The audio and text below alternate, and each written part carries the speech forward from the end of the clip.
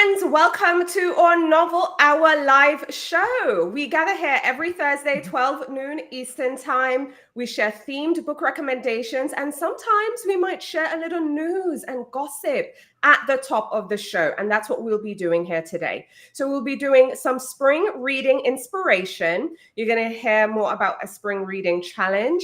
You're going to get some spring new releases, especially if you're looking for rom-coms. And then you're also going to learn about spring tropes. But before we get into all the spring themed content, we have breaking news. Cue noise. Okay, so we had reported on Monday in our live gossip session about Sophie Lark's Sparrow and Vine series being pulled from the publisher. Now, when we had reported on that on Monday, we were under the impression that the series is being pulled, rewrites are going to happen, and then it was going to be republished.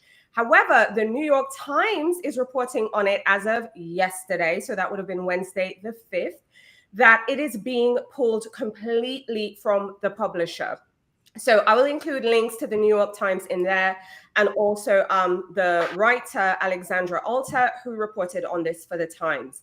So long story short, this is being pulled completely from Bloom. That was the statement made by Bloom's representative, is that it's going to be completely pulled. I also want to mention in the video that was done on Monday, I also had someone comment on YouTube mentioning Brooke Barnett, wanted to get the name right, that it is still available on NetGalley, like information-wise. So it's clear that it was archived. However, you can't request it as a galley. If you want to get more reader feedback, also head on over to Goodreads, because it is clear that information is on Goodreads. People are sharing their thoughts and their feelings. So you can always hop over there as well. But again, I found it very interesting. We three found it interesting when the New York Times decided that, hey, they are going to write an article on it. So Francesca, how are you feeling that the Times decided to, pick up? We talked about it. Okay, we talked about it on the channel first. But now the New York Times has mentioned about it. What is your take on the Sophie Lark of it all? Yeah, first of all, I'm kind of surprised that the New York Times was talking about it. I feel like in the past few years, they've definitely started to pick up more on stories that especially center on the romance genre, because that's not something they used to do. So I was glad to see that in terms of like the coverage for the genre. But, obviously this is bad coverage in the sense that it's bad press, if you will. But in terms of the series being canceled completely by the publisher, I feel like I understand where they're coming from, because like they just don't want to deal with the drama. They've been very hands off in this whole process, which I don't think was the right approach for them. Like they've just basically said, well, we had nothing to do with it, basically. But you did, because there was an editorial process, like there was edits and stuff like that should have happened, I would think, at least. So it doesn't make them look good. They just chose the easy way out. But also, I think that Sophie Lark is a big enough name. She can self-publish it. She can edit as much or as little as she wants. She can self-publish it, and she'll still be okay. Yep, I definitely agree. Laura, what is your take on Sophie Lark, but also the fact that the New York Times is covering this? So the New York Times I read the article, and it compared this issue about early criticism for early readers, for advanced readers copy. And it brought out to the fact that Elizabeth Gilbert a couple of years ago was about to write a book about Russia, and it was early in the Russian-Ukraine war, and a lot of readers brought up how tone deaf it was and all the specifics and how the publisher pulled, and she had to cancel that book altogether. So they're comparing it the same thing, but it's not the same, because Sophie Lark is an independent author who has built her career basically self-publishing, so she understands the KDP world, and so it's not the same. It's not like she's scrapping the story altogether. The story would likely come back in a few years. As she stated, she's going to work with sensitivity readers, she's going to work on her issues, and then she's going to probably republish the story or republish a new story. So it's not fully canceled as the New York Times try to make it seem. It's just not. It's just It's just going to come back. She might take a break from social media, as we've seen the playbook before, and then come back in a few years. But then again, the internet has receipts, and if people are going to look for is Sophie Lark problematic, this stuff, the internet will show up. She might try to scrape it out of it, but she won't be able to. Like, there's a New York Times article about her. Yeah. I find this whole thing interesting. So if you are just hearing about the Sophie Lark situation, let me just say it that way. Or yes, I like Sophie Lark problematic. So let me say that. If you are just hearing about the Sophie Lark controversy and you're curious about why she's problematic, we did a whole separate video on Monday because we have a live gossip session. We talked about it over there. But as it relates to the New York Times, I find it very interesting that they have decided to cover this. Yes, they're keeping their eye and their finger on the pulse of what is happening in the online book community because they realize, you know what we say, how we feel, it has effects. And of course, it has consequences. I think Sophie Lark will be okay. The big question is, will she self-publish, which she is very familiar with that landscape, or will she try to shop it somewhere else? I also want to bring attention to the publisher because I feel like the publisher has been completely hands-off in this situation. I almost feel like they've put the author out to dry. And I'm just trying to look at it from another side. I mean, do I think she was hella wrong for that? Absolutely. If the publisher had pointed this out to her, like they said, or like she said, rather. So if the publisher pointed it out like she said, but they were still going along with it, even though she said no, I think they should be saying something. So Bloom Books, you need to put out a statement. You need to explain why you allowed one of your authors to do it. I mean, again, was she wrong? Absolutely. I'm not taking up for her in any way, shape, or form, but I do think it is wrong that she's the only person taking blame. They're just saying, hey, we are pulling the series. We will not be publishing it. So it's going to be interesting to see if she self-publishes or if she tries to shop it with another publisher. So, yep, if you're new here, if you're just joining us, welcome. Today is our Thursday Lunch Hour Live. Normally, we just jump straight into our book recommendations based on our theme. And our theme for today is spring reading inspiration. We're going to be providing a reading challenge. We're going to provide some new rom-com books to look out for. We're going to talk about spring tropes. However, we did report earlier in the week on Monday on our live the whole Sophie Lark situation, the whole controversy. And because the New York Times has reported on this and we have some updated information, we wanted to talk to you about it first. So if you're just joining us, hit replay. If you're watching the replay after the live, we'd love to hear from you. So share your thoughts in the comments. But if you're watching us live, share your thoughts. Do you think the publisher should completely walk away? Do you think they should have allowed her to rewrite it and then, republish it under the same terms? Do you think she's going to self-publish it herself? I mean, there's still lots of questions up in the air. So share your thoughts in the comments. And if you're watching the replay, we'd love to hear from you too. Now, back to regularly scheduled programming. Spring reading inspiration. We're going to share, like I said, reading challenge, spring reading tropes, new book recommendations. So I think we should start with the tropes this time around. I think tropes make sense. Let's start with the tropes. Know what spring tropes are so we know what to look forward to. So Francesca will be sharing that with us. So we're going to kick ourselves off the stage and hear from her now. Yeah, so I love reading things by tropes. I think tropes are the perfect crutch when you're looking for seasonal reading or mood reading or anything like that. They just help you easily find something that has the vibe and the mood that you're looking for. And that is especially helpful when you're seasonally reading. So the books I'm going to be sharing today are about 3 tropes, I guess. And I say this tropes as in themes or character types or things like that. So the ones that I'm going to be talking about today are things like flower shops or anything related to flowers, gardening, anything like that, because spring is all about being outside and working with the earth and gardening and starting to plant things. So it's a perfect season for that. So anything related to that are books that you can pick up in the spring. Also, it's a great time to start looking at wedding themes in books.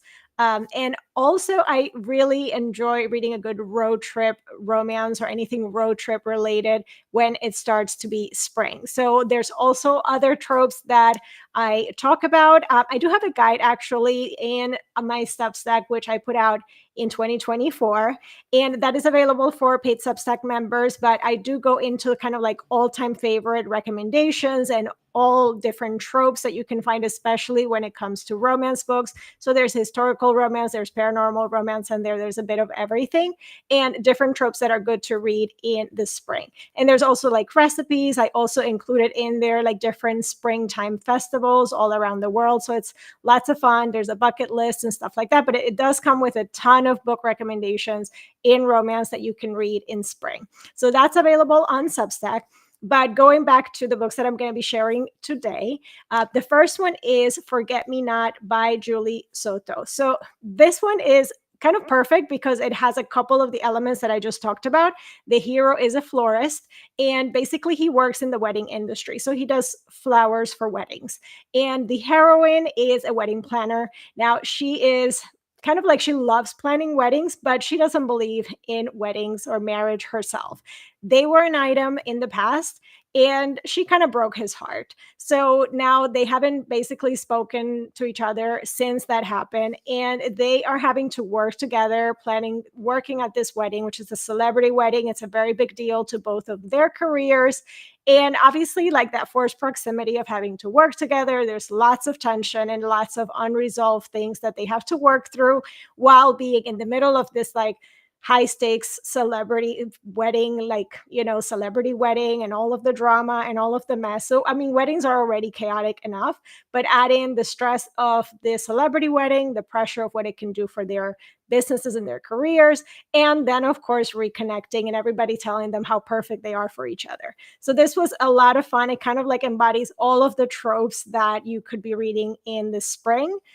So I really, really enjoyed that one.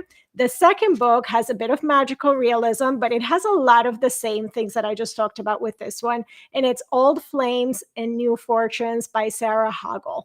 So this one is technically contemporary romance, but it does have a little bit touch of magical realism. It's not super heavy. If you have never read magical realism, this is a great starter book for that because it's just a very light element. So it is set in a small town.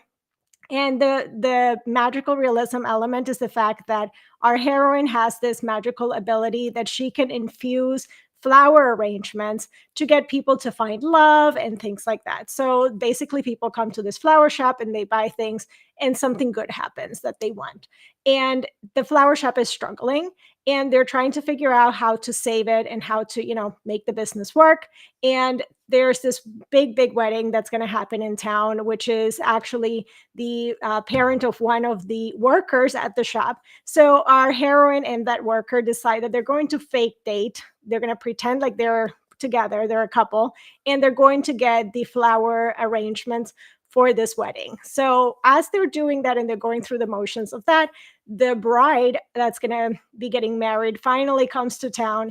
And what happens is that the son of this woman that is getting married and is basically going to be the stepbrother of the guy that she's pretending to date is a guy that she used to date in high school. So it's kind of like an old flames reconnecting. It's a second chance love.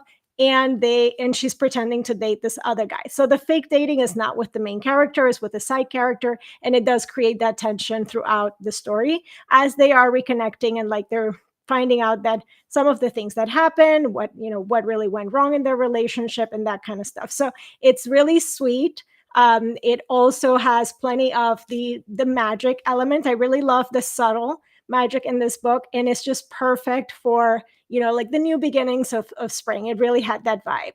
And then the last book that I'm going to talk about is a road trip romance, and it's Along for the Ride by Mimi Grace. So now this one is an enemies to lovers. So these two basically hate each other. And the heroine is finally getting her life together, and she is going to help her sister move basically across the country. It's a 16-hour drive. And she's going to do this road trip with her father to help her sister move. But something happens. Her father wins this vacation, and off he goes. And now she's basically having to do this alone, except that there's this guy that is a friend of her sister, and he's gonna take the spot and kind of make that drive with her and help with the move. So he happens to be somebody that she's always clashing with. They don't like each other, and now they're stuck in a car for a 16-hour drive that turns into a lot more shenanigans because, I mean, car breaks down. They have to spend the night different places. So a lot of unexpected things happen, and they start to realize that they actually kind of like each other. And maybe what they were doing was pretending to not like each other, to not admit that they did like each other. So lots of banter, some grudges that they have to get over, and just the fact that they are stuck together in this like really fun and just hilarious road trip. So this one is also perfect for that. So that's basically all of the things that I think would be great for you to read in the spring. Think of things that are all about new beginnings. Even like a second chance romance could be considered a new beginning. So anytime that you are light, fluffy, and anything with nature too. So anything with botanical themes, gardening, anything like that, I think it's perfect for you to read in the spring. Yay! I couldn't agree with you more. Love the recommendations, and I love the little breakdown on the tropes and just things we can look forward to. So, friends, get the spring reading trope guide, okay? On Substack, link in the video's description. What did you think, Laura? I really love all the flower. Like, I'm like, oh yes, it's just like time of tulips, daffodils, and then seeing it in romance, and it's like, oh, it makes sense. And I love Forget Me Not. It's like such a good book. And audio is great because you hear the hero's perspective from the past and the heroine's perspective from the current present moment, and you're like, how does this collide? And then it works out really well on audio. Yeah, that's awesome.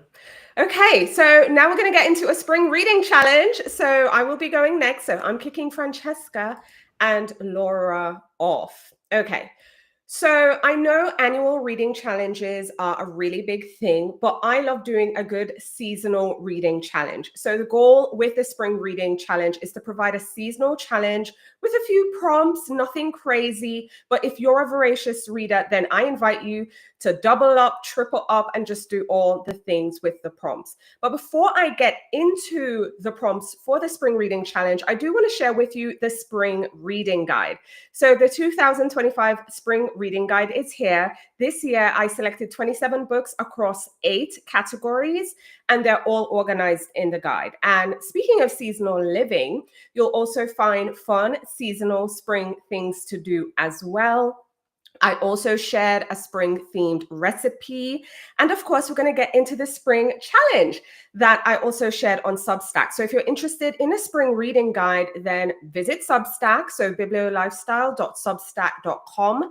You can also just type in spring reading guide. It will take you to the landing page and direct you straight to the post on Substack as well. Or you can just go straight to Substack. I have a link in the video's description. But the spring reading guide is lots of fun, and I think you'll find some great new book recommendations in there as well. But let's get into the spring reading challenge. So the spring reading challenge this year has 3 prompts because, again, I want it to be light, easy, and breezy. And it's perfect for readers who want to gamify their reading a little bit, but also be intentional, maybe pull books that they already have existing on their shelves, whatever it might be.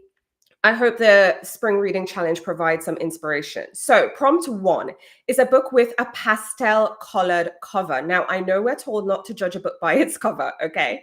But I'm going to encourage you this time around to do just that. I think pastels are just iconically spring. It's also very Easter, which, by the way, happy Lent to those who celebrate. Also Ramadan and anything else I'm forgetting. Happy, happy, happy, whatever you're celebrating. But I think pastels are also perfect. So I want to share with you the Gonkel Abroad. I think this is a very pastel looking color. We also have the Love Hypothesis, which has pastels too. And then we have A Taste for Love, which also has a really cute pastel cover. So again, that is for prompt 1. You can take those recommendations, or you just go straight to your shelf to find some books. Now, the second prompt is a story about personal growth or new beginnings. which I think is another classic spring theme. New beginnings, new starts, just fresh, renewal, all that good stuff.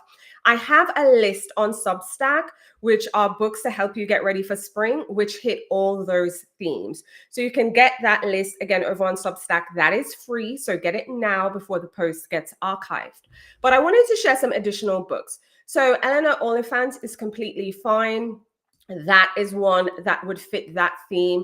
Also, Elizabeth Gilbert, Big Magic. I think you'd also find some interest there. One of the books I shared on the Substack list, I wanted to share here, and it's The Bookshop of Second Chances, which again, from the title already, it's telling you second chances, which is again a big theme, I think, for spring. So it's not always just new, but renewal and, starting over and just beginning again fresh. I think spring is a great time for that, especially if you've fallen off the bandwagon with your New Year goals, Perfect time to start again and get going. Now, the third prompt is read a memoir by someone from a different culture from you. Okay. Now, this can mean different things because what is different for me is not necessarily different for you. So get creative with this prompt. But I wanted to share some books that two are completely different from me. Actually, all three of them are very different from me, but they present different perspectives. It might be similar to yours. But again, just pick something that is different. So a memoir that really blew my mind was Crying in H Mart. I did recommend this in the summer reading guide the year this one came out. So highly recommend. A book I've been meaning to read for a long, long time. And I remember going to the Friends of the Library book sale and they had a copy. And I was like, okay, yes, this is the sign. I didn't buy it. I didn't borrow it from the library, but here it is. And I'm shopping for books. So I purchased it. I Am Malala. It really is very, very powerful. So highly recommend this as well. And then also Trevor Noah, Born a Crime. Very well done. Highly recommend as a book that is giving you, insight into someone's life that is completely different from yours. So those are the three prompts for the spring reading challenge. Prompt 1, read a book with a pastel colored cover. Prompt 2, a story about personal growth or new beginnings. Or prompt 3, a memoir by someone from a different culture. So here's the thing. Again, if you're a voracious reader and you just read books like this, then I recommend maybe doubling the book. So instead of you reading 3 books, you read 6, maybe 2 books from each prompt. If you read even more and faster, then throw that in as well. The goal with the spring reading challenge is we're reading through the months of March, April, and May. So you have 3 months. You can do a book a month per prompt, whatever suits you. This is just to kind of give you some ideas on how you can approach it. Again, if you're a fast reader, you can read all 3 in 1 month. So whatever works for you, I encourage you to kind of make the challenge your own. And also don't pressure yourself, because at the end of the day, we're reading for fun. We're not reading for work. We're not reading for school. So I want you to pick books that suit you and where you are right now and what you need and what you're looking for. And again, if you haven't already, go to Substack to get the spring reading guide. You'll also find some pastel colored covers in there, books from people who are different from you, not only nonfiction, you can also read fiction, and also books with themes of renewal and new beginnings. So those are my recommendations. I love the fact that I get to shop in my own, Yes. house and look. This is pastel. It fits into reading prompts. Yes, so. I love a pastel. So fun. I actually am excited that you recommended Big Magic by Elizabeth Gilbert, because it's not something that I would have thought about. I'm like, that is such a great book. I love that book. It's such a great book for this time of year. Yeah, I think so. I think it will help folks. It's inspiring, not for nothing. You'll take something away from it that is fun. Yeah. After I read that book, I remember I was a big paper planner at the time. And in my little habit tracker for the week, I was literally tracking Big Magic for the day, every single day. And a friend of mine actually picked up my planner one day and she's like, does Big Magic mean you had sex? No, it's from a book. I am dead. That is so funny. That is so funny. Oh my gosh. Well, if you're just joining us, let me know your thoughts in the comments, okay? If you're watching the replay crew, we'd love to hear from you as well. But also, if you just came in, We are talking about spring reading. We're providing spring reading inspiration. Francesca talked about spring reading tropes and shared some recommendations. I talked more about a spring reading challenge and sharing three fun prompts and providing some recommendations for you. Well, guess what? Laura is going to give us those new book releases. I'm really excited about them. And the focus for these are rom-coms. So we are hopping off here. So Laura. Yeah, so you gotta love spring and rom-coms. They just like mesh together. So I curated a list of 9 titles. It's available on Substack. You can download it anytime. But I actually curated 3 books that I want to highlight. They're a mix of rom-com, women's fiction, and a little bit of lottery winner. Because what else can you have? So the first book is Didn't You Used to Be Queen Bee by Terry Lynn DeFino. So this book is a little bit more women's fiction, but it actually has some rom-com elements for it. So Queenie Bee, or Regina Benuzzi, was a famous celebrity chef, but she had a downfall. And so she's been spending the past 10 years working at a soup kitchen. And she just wanted to stay away from the shadows and stay away from the space because it was a public downfall. And so she connects with Gail Carmichael, who is a struggling line cook and has raw talent. And he has a troll pass, as we always do, and she starts to mentor him, and he ended up getting chosen to be part of a coveted spot of Cult, which is, high stake reality TV show of cooking show, which I don't know about you, but I love watching those reality TV shows, Hell's Kitchen, Master Chef, like Great British Baking Show. Like I love watching people cook and those high-end, like those high stake realities. So Regina has a choice whether she stays in the shadows or she actually shows up and to be seen, because this is her old turf. And so the book unravels. It's a fun book to read. It has food. It has reality TV, which we love. And so this Didn't Used to Be a Queenie Bee. And it will be available this month, but it's and it's actually pink. So you might be able to get us as a reading challenge. The next book is I actually should have included as an Alaskan recommendation a couple weeks ago, but it comes out in April, even though it's a little bit winter, but it is still rom-com. So it's Any Trope But You by Victoria Levin. This book is basically a romance author who does not believe in love. And she gets caught up publicly in an event where they share her happily never list. So basically, as an author, she's been writing epilogues of her stories of how they got divorced, or how he dies, or how things happen, and they're just like they hate each other. And her fan base goes against it. They're just like, "What did you just do? Like you're just like devastating." So her sister was like, you were planning to write an Alaskan book. You need to do research. Why don't you just go for 6 weeks to Alaska? So she goes on a retreat, and her goal was to write a cozy mystery or mystery. She wanted to write a thriller altogether. She was like, I don't want to believe in love. I'm going to write about murder, which makes sense. And so on the first day, there's a rugged guy. She goes into the south, picks her up, and she's ill-equipped. She's expecting internet. She's expecting like this luxury apartment, and it's just basically rugged, bare bones retreat. And he picks her up, he gets her he's just like, he's aware of her, he doesn't want to have feelings, he thinks she's like city girl coming in, but you have more to be real. And they have all the tropes that you can imagine. And there's forced proximity. There's actually I have to sleep in one sleeping bag. He rescues her multiple times. He's actually holding on. She's growing up and trying to realize how to fall in love. And so her sister sends her on a rent, a scavenger hunt, and he has to provide her letters from her sister, telling her she's doing a good job. And he also happens to be a well-known surgeon researcher in LA, where she was based on, and he happens to be there helping his dad. And so there's character growth between both characters, and trying to come up not just from falling in love, but also trying to find their way in the world as of today. So it's a good book. I enjoy this one. It's still set in Alaska, so if you're still looking for Alaska books, this one is. But it's definitely has a lot of character growth that fills into the spring guide. So this can go for a reading challenge.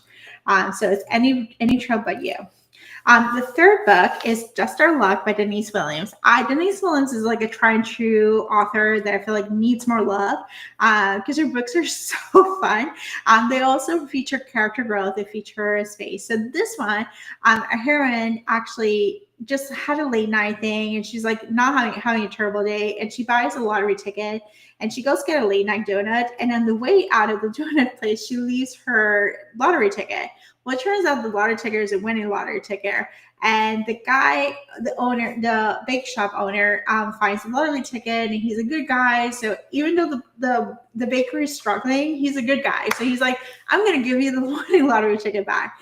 And so it's a pretty public way, like how to show it. Like the idea, like he finding her goes viral as one does, and so they have to pretend, and people were shipping them. They're like, oh my gosh, this is like, I'll meet you. And so they had to fake date so they can actually get more promotion for his business, and then and she can like get out of her download. And as one does the fake dating, feelings grow, and we have like a love story. Again, pastel colors. So this is another one that you can put for the spring reading guide. So those are 3 recommendations. If you like more recommendations, I have 9 recommendations available on Substack. So you can sign up and you can get access to them today. I love that. Ooh, see, lots of pastel recommendations for the challenge, everyone. It matches the guide cover, all the things. My first gut reaction when you were sharing, Laura, I was like, oh my God, the Any Trope But You. I was like, that sounds so good. But then you went to Denise Williams. I'm like, I didn't know that book was coming out now. I love Denise Williams. And you just sold me on that. Yeah, that one sounds so cute. But also, am I the only one that thinks that the setup for Any Trope But You, with the author writing the divorced and whatever, I would love authors to do that. Like, I would pay for them to do like a subscription, and you get to like hear all the like terrible mess that their love story gets into. That sounds fun. Yes, I'm like, no, give it to me. Yes, I want them to be like, he just was abusive. He was just this. All this warning signs, all these red flags came true. Like, he was not a green flag at all. But yes, I will love that. But then again, I'm a cynic and I don't love the blue love. Maybe that's fine. Oh my gosh! Like, give it to me. Well, I hope you all got some great spring themed recommendations from us today. Again, if you're just joining us, welcome, but you're going to have to hit that replay button to catch up on one. We started the live with some bookish news. We wanted to update on Monday reporting about author Sophie Lott because listen, New York Times is covering it as well. It's definitely getting more buzz. We shared our thoughts, but we'd love to hear from you. So again, replay crew, share your thoughts in the comments. We then got into our spring themed recommendations. Francesca shared more about a spring reading tropes and shared 3 recommendations, but you can get the trope guide on Substack. I shared the spring reading challenge. You can find this also on Substack as well, but I just shared the prompts with you and I shared some recommendations. So again, hit that replay button if you're just joining us live. I also shared the spring reading guide, which is a PDF guide available for download now. There are 27 new books organized in 8 categories. You can find that on Substack, link in the video's description. And Laura shared 9. She shared 3 books, but she has a list with 9 on Substack, which are new rom-com books. So I highly recommend you head on over to Substack. The good news is if you find one of us, you will find all of us because we do recommend our respective publications. So definitely check that out. Also, we're going live on Substack. We're going to end this live shortly, but we're going live on Substack. So another reason why you should subscribe to us on Substack is because we go live. We go live every Thursday after this live. We also do it after our Monday gossip session as well. We'll share what we're reading, what we're watching, maybe some more book recommendations. You never know. I might give you a sneak peek into the guide. Okay. So show up to the live, but we want to keep you updated on the Thursday live. So I don't know why this is a mess, but okay. For the next Thursday's live, here is our calendar. Next week, we're going to be doing books set in Ireland. Okay, St. Paddy's shout out kind of vibes. It's also Irish Heritage Month, if my memory serves me right. So happy Irish Heritage Month to all the folks who celebrate. It's also Women's History Month. So we're going to be sharing badass women in history the following week. And then we're going to close out with Trans Joy books. I'm trying to remember, when is Trans Day of... Let me see. I can't remember all of these things. But anyway, just subscribe, hit the notification bell so you will stay up to date on what we're doing when we go live and all that good stuff. I'm trying to see if I'm forgetting anything. No, I don't think so. Nope. So again, head on over to Substack. We are going live over there shortly. But until then, see you all next week. Bye, everyone.